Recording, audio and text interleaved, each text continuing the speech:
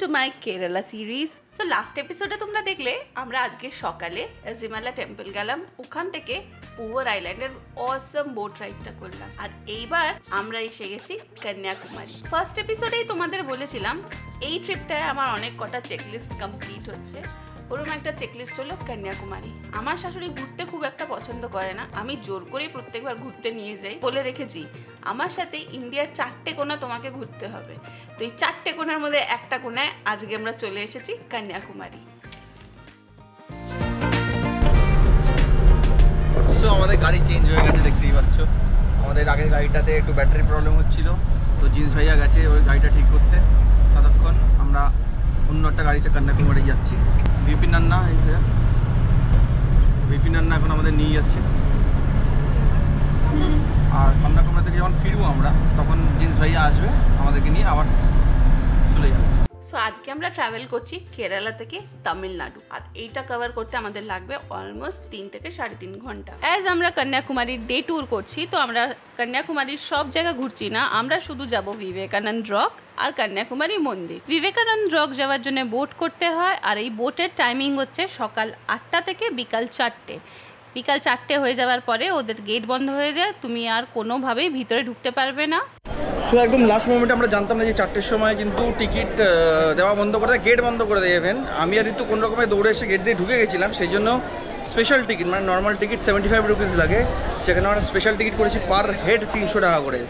সেই জন্য আমাদেরকে লাস্ট মোমেন্টেও গেট খুলে দিয়েছে, বাকিদেরকে ঢুকতে দিয়েছে, কারণ বাকিরা গেট পড়া পরে এসছে, গেট ঢুকতে দিচ্ছিল না।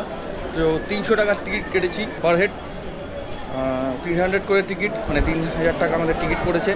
এখন আমরা লাইন দিচ্ছি বোটে যাবো বলে। 75-এর লাইনটা তো বিশাল বড় ছিল, আর 300 টাকার লাইনটা আজকে লাকিলি ছিল না, কিন্তু জেনারেলি এই লাইনটাও বিশাল বড় থাকে। এই লম্বা লাইনের প্রবলেমের একটা সলিউশন আছে, অনলাইন টিকিট, যেটা আমরা ওখানে গিয়ে জানতে পেরেছি। এই টিকিটটা একদিন আগে নিতে হয়, tamilshiponline.com থেকে এই টিকিটটা পাওয়া যায়। রক যাওয়ার জন্য দাঁড়িয়ে আছি কন্যাকুমারী নেমে, যার দৌড়টা আজকে আমরা দিয়েছি আলাদাই গল্প। যদি নর্মাল টিকিট নিতাম আজকে আমরা আর দেখতে পারতাম না, আমরা স্পেশাল টিকিট নিয়েছি বলে আমাদের ঢুকতে দিয়েছে।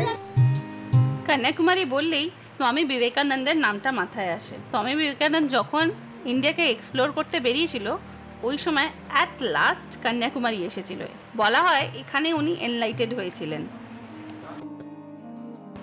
আর এই সমুদ্র সাঁতরে উনি ওই পাথরের উপরে গিয়ে 3 দিন মেডিটেশন করেছিলেন। সো 12 মিনিটে বোট রাইড করে আমরা চলে এসেছি বিবেকানন্দ রকে। এখানে জুতো রাখার যায় অপশন আছে, কোনো টাকা পয়সা লাগছে না, ফ্রি অফ কস্ট। তোমরা কি জানো এই জায়গাটার নাম কন্যাকুমারী কেন?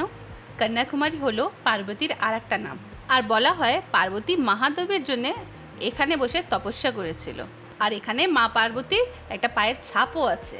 এই মনুমেন্টের ভিতরে বিবেকানন্দের একটা খুব সুন্দর মূর্তি আছে। এখানে ছবি তোলা অ্যালাউড না, তাই ভিতরের কোনো ছবি আমি দিতে পারছি না।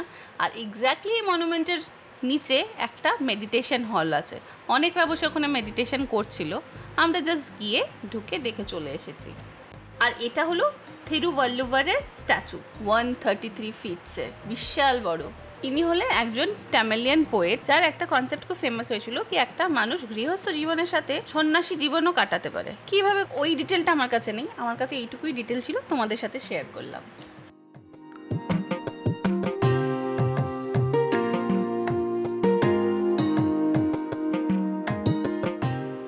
বে অফ বেঙ্গল, অ্যারাবিয়ান সি আর ইন্ডিয়ান ওশিয়ান দিয়ে সারাউন্ডেড এই জায়গাটা, ওখানে না গেলে ওর বিউটিটা ওয়ার্ডস ইয়া ভিডিওতে দেখানো পসিবল না।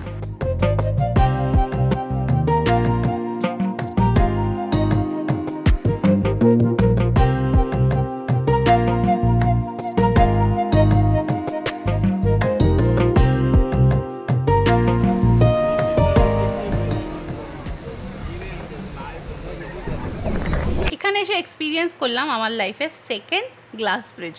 পেলিংয়ে এক্সপিরিয়েন্স করেছিলাম, তারপরে এটা। পেলিং থেকে এটা আমার অনেক বেশি পছন্দ হয়েছে।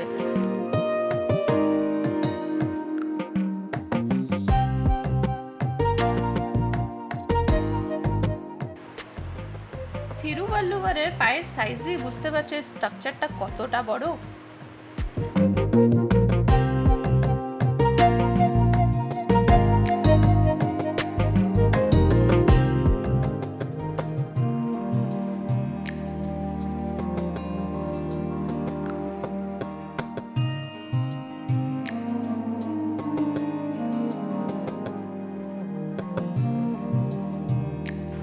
6টার সময় এই মনুমেন্ট বন্ধ হয়ে যায়, আর দেখতে দেখতে আমাদের সূর্যি মামাও বাড়ি চললো, সাথে আমরাও চললাম ফেরত আমাদের বাড়ির দিকে।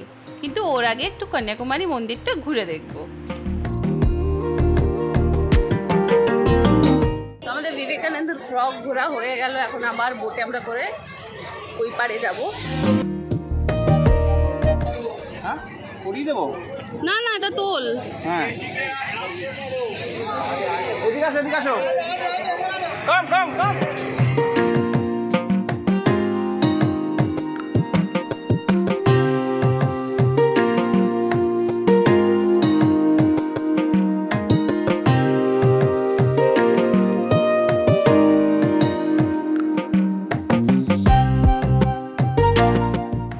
কন্যাকুমারী মন্দিরে দর্শন করে পেয়েছিল খুব জোরে খিদে, আর সামনে বিক্রি হচ্ছিল গরম গরম বেগুনি। বাঙালি আর কোথায় যায়, চট করে চলে গেলাম বেগুনি কিনতে। গিয়ে জানতে পারলাম এটা বেগুনি নয়, এটা কাঁচা কলার বড়া।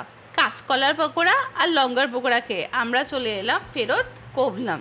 কাল সকালে উঠেই আমরা যাব পদ্মনাভ স্বামী টেম্পলে।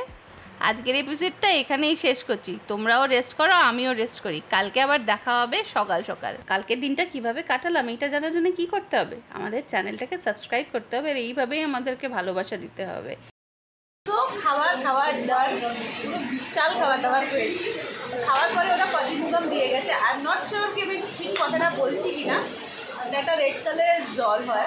আমরা লাস্ট টাইম যখন ঘুরতে এসেছিলাম এখানে, তখন এই জলটা দেখে আমরা ভেবেছিলাম হাত ধোয়ার জল, কিন্তু পরে একজন আমাদের বললো এটা হাত ধোয়ালে এটা খাওয়ার ডাইজেস্ট হয়ে যায়। এটা গাছের ছাদের জল হয়।